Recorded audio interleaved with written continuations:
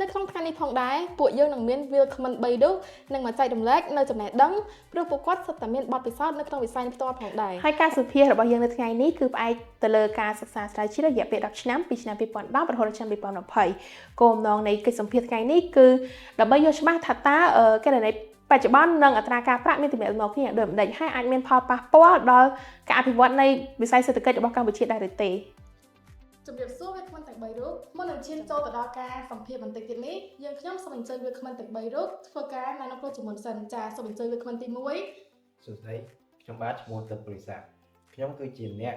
វិភាគនយោបាយរដ្ឋនិងនយោបាយសេដ្ឋកិច្ចជាពិសេសទៅលើការផលប៉ះពាល់របស់នយោបាយហិរញ្ញវត្ថុនិងហិរញ្ញប្បទានទៅលើសេដ្ឋកិច្ចជាតិខ្ញុំពិតជារីករាយណាស់ដែលបាន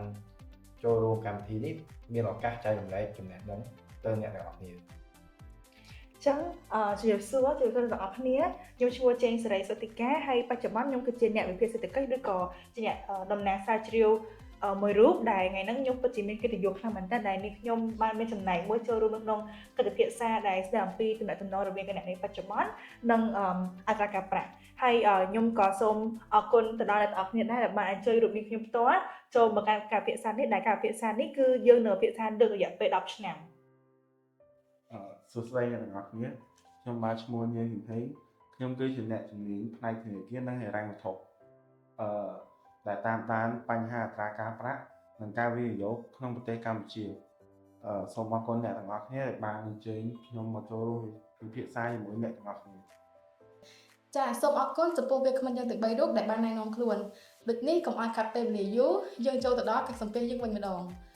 ចាសម្រាប់សំណួរទី1ចំពោះកញ្ញាធីកា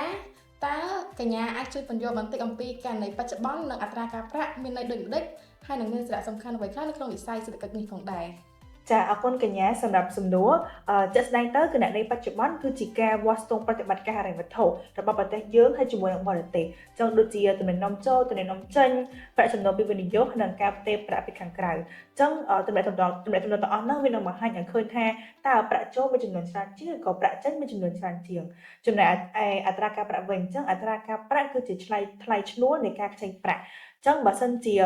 អត្រាការប្រាក់មានការកើនឡើងខ្ពស់ការសន្សំក៏មានការកើនឡើងខ្ពស់ដែរប៉ុន្តែការខ្ចីប្រាក់គឺមានការធ្លាក់ចុះចឹងកត្តាទាំងពីរនេះគឺវាសំខាន់ដោយសារតែវាប៉ះពាល់ទៅដល់ការវិនិយោគការសន្សំជំនួញនិងការលូតលាស់សេដ្ឋកិច្ចទាំងមូលសង្កេតឃើញថាតើការស្រាវជ្រាវដែលកញ្ញាបានលើកឡើងឃើញថារវាងគណនេយ្យបច្ចុប្បន្ននិងអត្រាការប្រាក់មានទំនាក់ទំនងរវាងគ្នានឹងគឺអវិជ្ជមានខ្លាំងតើកញ្ញាអាចបកស្រាយនៅចំណុចនេះឲ្យកាន់តែស៊ីជម្រៅបន្តិចបានទេ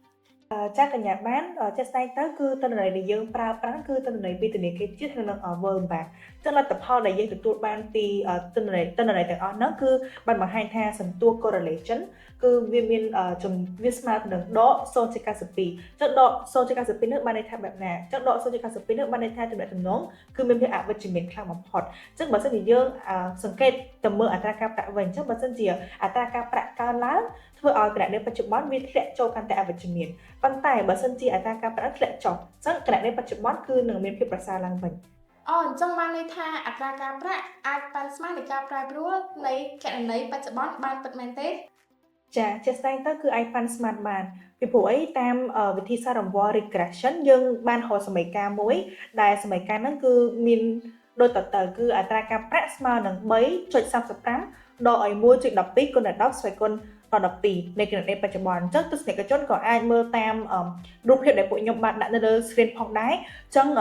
នៅលើអេក្រង់អ្នកទាំងអស់គ្នានឹងអាចឃើញថានេះគឺជា graph regression ដែលយើងបានគណនាវាបង្ហាញថាបែបដូចម្ដេចអញ្ចឹងវាបង្ហាញថានៅពេលដែលគណនេយ្យបច្ចុប្បន្នមានការផ្លាស់ប្ដូរអត្រាការប្រាក់ក៏ផ្លាស់ប្ដូរទៅតាមទិសដៅផ្ទុយគ្នាដែរអញ្ចឹងសម្រាប់អ្នកដែលទស្សនិកជនដែល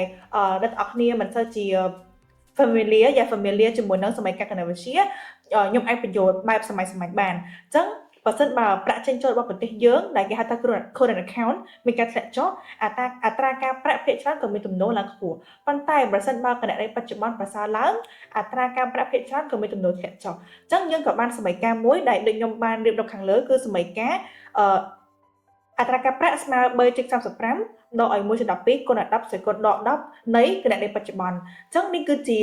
វិធីសាស្ត្រដែលពួកខ្ញុំអាចបង្ហាញបានថាអត្រាការប្រាក់ក៏វាអាចប៉ាន់ស្មានទៅលើគណនេយ្យបច្ចុប្បន្នបានដែរ ញាតិការងារកិត្តិយសបន្តរបស់យើងគឺលោកទឹកពុរិសាសូមសួរថាតើមានកត្តាសំខាន់ៗអ្វីខ្លះដែលបង្កឲ្យគណនេយ្យបច្ចុប្បន្នរបស់យើងមានការកើនឡើងឬក៏ធ្លាក់ចុះដែរលោក អរគុណសម្រាប់សំណួរនេះកត្តាសំខាន់ៗមាន4ចំណុចដូចជាទី1ការនាំចេញនាំចូលជាពិសេសអត្តសញ្ញាណតម្លៃនៃសម្ភារៈបំពាក់និងកសិកម្មនិងផលិតកម្មទី2ឧស្សាហកម្មទេសចរណ៍ទី3ការវិនិយោគទៅលើការវិនិយោគបរទេស FDI និងចុងក្រោយគេគឺការសន្សំនិងការវិនិយោគក្នុងស្រុកខ្ញុំឲ្យឧទាហរណ៍មួយនៅក្នុងឆ្នាំ2024កម្ពុជាមានគណនេយ្យបច្ចុប្បន្នធ្លាក់ចុះជាខ្លាំងដោយសារការនាំចូលក្រណាត់និងស្បែកមានការកើនឡើងសម្រាប់ផលិតកម្មសម្លៀកបំពាក់ ហើយចុះបើអត្រាការប្រាក់វិញតើវាមានផលប៉ះពាល់យ៉ាងម៉េចខ្លះ កត្តាចម្បងដែលធ្វើឲ្យប៉ះពាល់ដល់អត្រាការប្រាក់រួមមានតម្រូវការវិនិយោគអតិផរណានយោបាយធនាគារនិងអត្រាប្រូប្រាក់ឧទាហរណ៍នៅក្នុងឆ្នាំ2020កម្ពុជារក្សាអត្រាប្រូប្រាក់ 4,100 រៀលស្មើ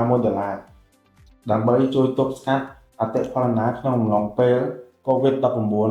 យនៅត្រឹមតែ 2% តែប៉ុណ្ណោះនេះបានធ្វើឲ្យប៉ះពាល់យ៉ាងខ្លាំងដល់អត្រាការប្រាក់និងគណនេយ្យបច្ចុប្បន្ន បើយើងនិយាយអំពីនយោបាយរបស់រដ្ឋាភិបាលសម្រាប់លោកពុរិស័កក៏ដូចជាលោកគឹមហេងផ្ទាល់ដែលជាអ្នកវិភាគនយោបាយរដ្ឋាភិបាលក៏ដូចជាអ្នកជំនាញផ្នែកធនាគារនិងហិរញ្ញវត្ថុតើគោលនយោបាយរបស់រដ្ឋាភិបាលមានឥទ្ធិពលយ៉ាងណាខ្លះទៅលើអត្រាការប្រាក់ក៏ដូចជាគណនេយ្យបច្ចុប្បន្នដែរ អរគុណសម្រាប់សំណួរមួយនេះសម្រាប់សំណួរនេះមានពីរចម្បងទី1នយោបាយហិរញ្ញវត្ថុឬហៅថា monetary policy បើសិនបើយើងធ្វើ contractionary policy នោះអត្រាការប្រាក់មានការកើនឡើងការខ្ចីប្រាក់ឡើងថ្លៃការវិនិយោគធ្លាក់ចុះវានឹងនាំឲ្យគណនេយ្យបច្ចុប្បន្នមានភាពអវិជ្ជមាន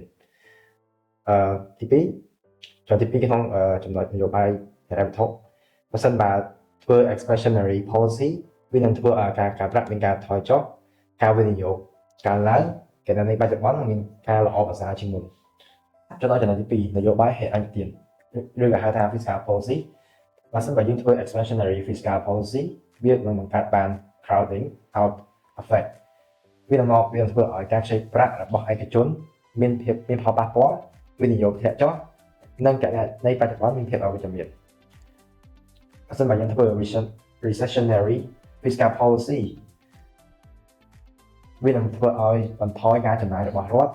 អត្រាការប្រាក់ធ្លាក់ចុះនិងការវិនិយោគមានការល្អប្រសើរជាងមុន យោងតាមការយល់ឃើញរបស់ខ្ញុំនយោបាយទាំងពីរនេះគឺមានឥទ្ធិពលខ្លាំងទៅលើការសន្សំនិងដំណើរការសេដ្ឋកិច្ចទាំងមូល ផ្អែកទៅតាមកិច្ចសម្ភារអំបញ្ញមិញជាមួយវាគ្មិនយើងទាំង3រូបមកតើអ្វីទៅជាចំណុចសំខាន់ដែលវាគ្មិនទាំង3រូបអាចណែនាំទៅដល់ទស្សនិកជនដើម្បីយកទៅសិក្សាបានបន្តទៀត ចាអរគុណសម្រាប់សំណួរសម្រាប់ខ្ញុំខ្ញុំគិតថា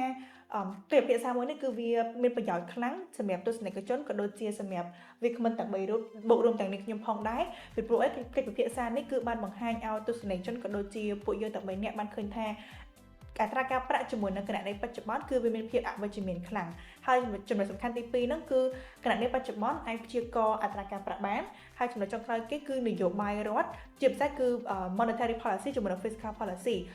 ទាំងពីរហ្នឹងគឺបានដើរតួយ៉ាងសំខាន់ហើយនឹងវាជាឥទ្ធិពលទៅដល់គណនេយ្យបច្ចុប្បន្នជាមួយនឹងអត្រាការប្រាក់អញ្ចឹងសម្រាប់រូបនេះខ្ញុំគឺមានតែប៉ុណ្្នឹងទេ ជាចុងក្រោយនេះខ្ញុំសូមអរគុណដល់ភ្ញៀវកិត្តិយសទាំង3រូបដែលបានផ្ដល់កិច្ចសម្ភារក៏ដូចជាបទស្រាយនៅរាល់ចំណេះដឹងដែលមានតម្លៃនៅថ្ងៃនេះលើពីនេះផងដែរខ្ញុំក៏សូមអរគុណដល់ទស្សនិកជនគ្រប់រូបដែលបានតាមដានកិច្ចសម្ភារថ្ងៃនេះតាំងពីដើមរហូតដល់ចប់យើងសង្ឃឹមថាកិច្ចសម្ភារថ្ងៃនេះនឹងអាចជួយឲ្យលោកអ្នកស្វែងយល់អំពីសក្តានុពលរបស់សេដ្ឋកិច្ចកម្ពុជាឲ្យកាន់តែច្បាស់សូមអរគុណ